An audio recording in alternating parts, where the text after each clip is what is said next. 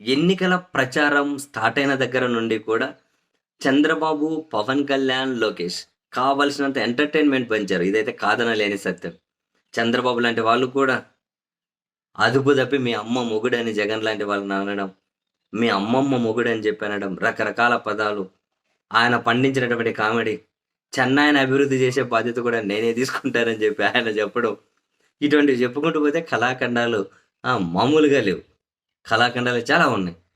And Pawan Kalyan గురించి మాట్లాడితే, ఇంకా ఆయన పండించిన ఎంటర్‌టైన్‌మెంట్ మీద ఒక 2 పార్ట్‌లు బుక్కులు రాయొచ్చు. మనకంత టైం దొరికినా కూడా నేనైతే ఈజీగా రాస్తాను. ఎందుకంటే నా అంత రెగ్యులర్‌గా ఆయన మరొకరు అంటే అన్నీ ఫాలో అవుతాం. అది ఎంటర్‌టైన్‌మెంట్ కాబట్టి ఇంకో ఎక్కువ ఫాలో అయ్యి ఉంటాం. 2 పార్ట్‌లు బుక్కులు రాస్తాను నేను. ఇంక లోకేష్ గురించి చెప్పక్కర్లే.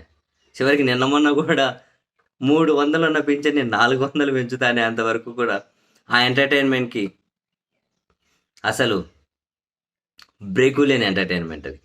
అండ్ చివరికి పోలింగ్ రోజు కూడా చంద్రబాబు, పవన్ కళ్యాణ్ మీద మామూలు పంచులేయట్లేదు. నెటిజన్స్ బ్రహ్మాండంగా సెటైర్‌లు పేలుస్తున్నారు.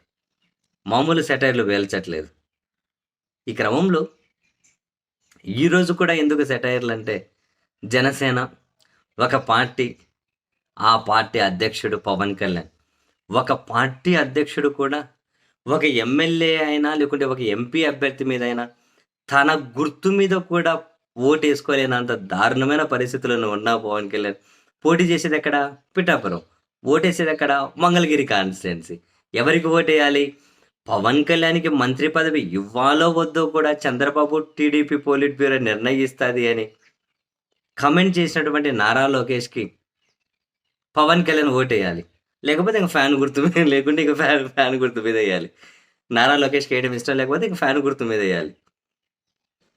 పవన్ కళ్యాణ్. తన ఒక పార్టీ అధ్యక్షుడు ఎన్నుకొని దేనికి కూడా ఓటేసుకోలేని పరిస్థితి. ఆయన పోటీ చేసే దగ్గర ఓటేసుకోలేకపోయినాడు. ఆయన గుర్తు మీద ఓటేసుకోలేకపోయినాడు. 15 ఏళ్ల రాజకీయం, 10 ఏళ్ల నీ సొంత పార్టీ ప్రస్థానంలో నువ్వు సాధించిన ఘనతకు నిలువెత్తు నిదర్శనం పవన్ కళ్యాణ్ అని చెప్పి నెటిజన్లు ఏకుతున్నారు. చంద్రబాబు పరిస్థితి అంతే. తాను పోటీ చేస్తున్న కుప్పంలో 35 సంవత్సరాల నుంచి కనీసం ఇల్లు కట్టుకోలే. జగన్ భయంతోటి ఏదో ఇంక ఇటుకలేసినట్టున్నారు పునాది. పోనీ కుప్పంలో ఓటేసుకుంటాడంటే అది లేదు. ఆయన కూడా మంగళగిరిలోనే ఓటేసుకోవాలి. చంద్రబాబు తాను పోటీ చేసే దగ్గర ఓటేయలేని పరిస్థితి. పవన్ కళ్యాణ్ తాను పోటీ చేసే దగ్గర ఓటేయలేని పరిస్థితి. పవన్ కళ్యాణ్ వాళ్ళ అన్న నాగబాబు అక్కడ ఓటేయలేని పరిస్థితి. నా తమ్ముడిని గెలిపించండి అని చెప్పి వీడియోల ద్వారా అడిగిన చిరంజీవి కనీసం ఆంధ్రప్రదేశ్‌లో కూడా ఓటేయలేని పరిస్థితి. పవన్ కళ్యాణ్‌ని గెలిపించడని పిఠాపురంలో తిష్ట వేసిన కమెడియన్‌లందరూ కూడా కనీసం పవన్ కళ్యాణ్ కాదు కదా!